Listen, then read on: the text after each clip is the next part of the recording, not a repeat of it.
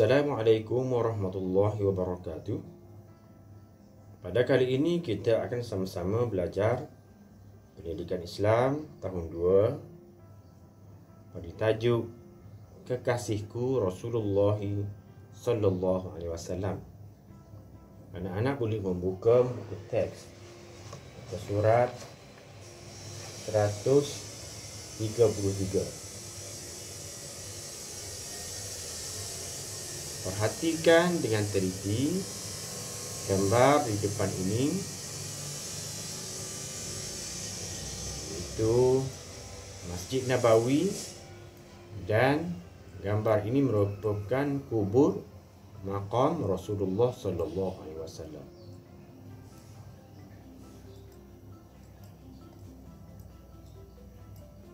Mari kita baca dan hayati.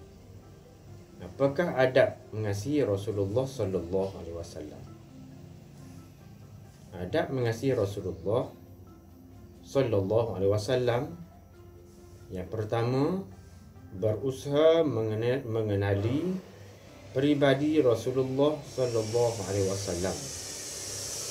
Berusaha mengenali pribadi Rasulullah sallallahu alaihi wasallam agar hati kita bertambah kasih dan cinta kepada Rasulullah. Iaitu caranya mempelajari latar belakang hidup Rasulullah sallallahu alaihi wasallam semenjak kecil hingga wafat. Ataupun dinamakan juga iaitu mempelajari sirah Rasulullah. Kehidupan, perjalanan hidup Rasulullah. Yang kedua, berusaha mengikuti ajaran dan sunnah Rasulullah sallallahu alaihi wasallam. Berusaha mengikuti ajaran dan sunnah Rasulullah sallallahu alaihi wasallam, iaitu mengamalkan apa-apa yang diajarkan oleh Rasulullah sallallahu alaihi wasallam dalam urusan kehidupan.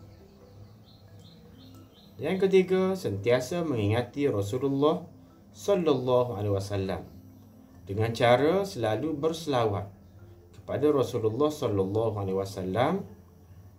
Yang kedua, menjadikan Rasulullah sallallahu alaihi wasallam sebagai contoh ikutan teladan kita.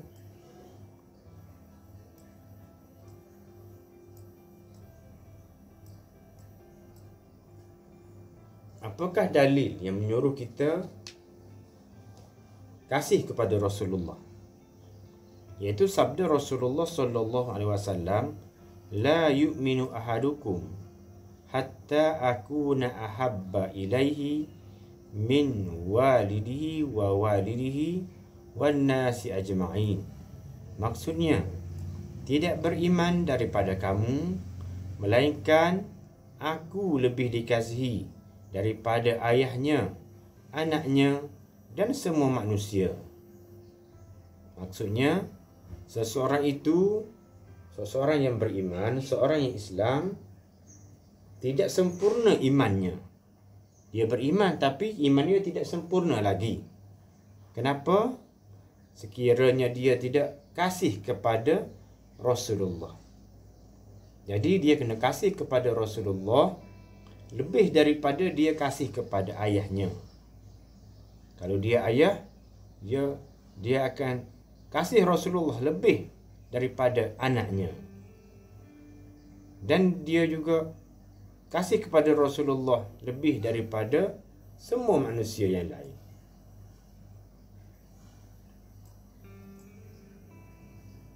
Baiklah, mari kita baca dan amalkan Rasulullah sallallahu alaihi wasallam dalam kehidupan saya, iaitu mentaati dan menolong ibu dan ayah. Yang kedua, menjaga kebersihan diri, pakaian dan rumah, menghormati saudara mara dan jiran. Jadi bila kita kasih kepada Rasulullah dan kita berusaha ingin mengikut Rasulullah dari sudut kehidupan, maka kita akan mentaati.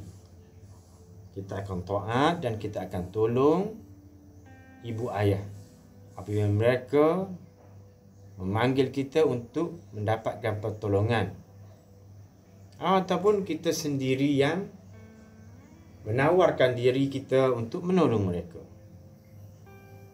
Yang kedua, menjaga kebersihan diri. Menjaga kebersihan diri. Pakaian kita dan juga rumah kita. Yang ketiga, menghormati saudara mara dan jiran tetangga kita. Ini keadaan di rumah. Manakala bila di sekolah, iaitu kita akan mentaati dan mengasihi guru-guru dan rakan-rakan. Yang kedua, menjaga kebersihan kelas dan persekitaran sekolah. Yang ketiga, mematuhi peraturan sekolah. Manakala bila kita berada di kantin, kita akan mengamalkan adab-adab makan mengikut sunnah Nabi Muhammad SAW.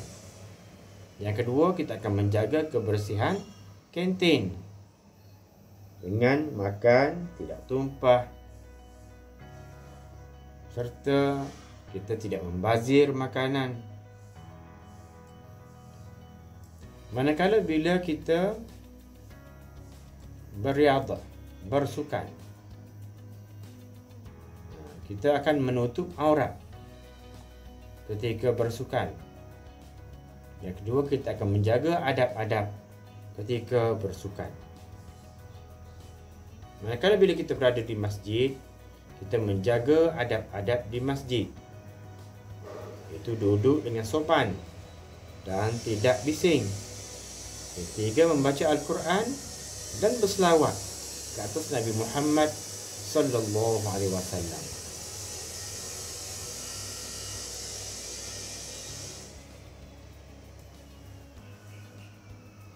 Kemudian anak-anak, mari kita baca dan kita fikirkan. Apakah kepentingan mengamalkan adab-adab mengasihi Rasulullah sallallahu alaihi wasallam? Itu apabila mengamalkan adab-adab ini, saya akan lebih mengenali peribadi Rasulullah sallallahu alaihi wasallam. Lebih kenal akan peribadi Rasulullah sallallahu alaihi wasallam. Yang kedua, kecintaan dan keimanan saya kepada Rasulullah sallallahu alaihi wasallam semakin bertambah. Yang ketiga, sentiasa meneladani akhlak baginda sallallahu alaihi wasallam dalam kehidupan harian. Yang keempat, mendapat rahmat Allah Subhanahu wa taala dan syafaat. Syafaat iaitu pertolongan daripada baginda sallallahu alaihi wasallam di akhirat nanti. Yang kelima, menjadi umat Nabi Muhammad sallallahu alaihi wasallam yang baik. Info, antara kelebihan berselawat kepada Nabi Muhammad sallallahu alaihi wasallam termasuklah mendapat ganjaran 10 kali selawat daripada Allah Subhanahu wa taala bagi setiap kali kita berselawat. Selawat ialah menyebut Allahumma salli ala Muhammad. Kita sebut sekali saja, Allah selawat 10 kali. Allah membalas 10 kali selawat kepada kita. Yang ini Allah memberi rahmat kepada kita 10 kali. Baiklah anak-anak, sebagai rumusan dan kesimpulan daripada pembelajaran kita pada kali ini, kita hendaklah meningkatkan kecintaan kepada Rasulullah sallallahu alaihi wasallam dengan mengenali peribadi baginda yang agung. Jadi anak-anak, Ustaz harap anda semua dapat memahami pembelajaran kita pada kali ini. Terima kasih kerana menonton dan jangan lupa subscribe. Sekian, terima kasih. Wassalamualaikum warahmatullahi wabarakatuh.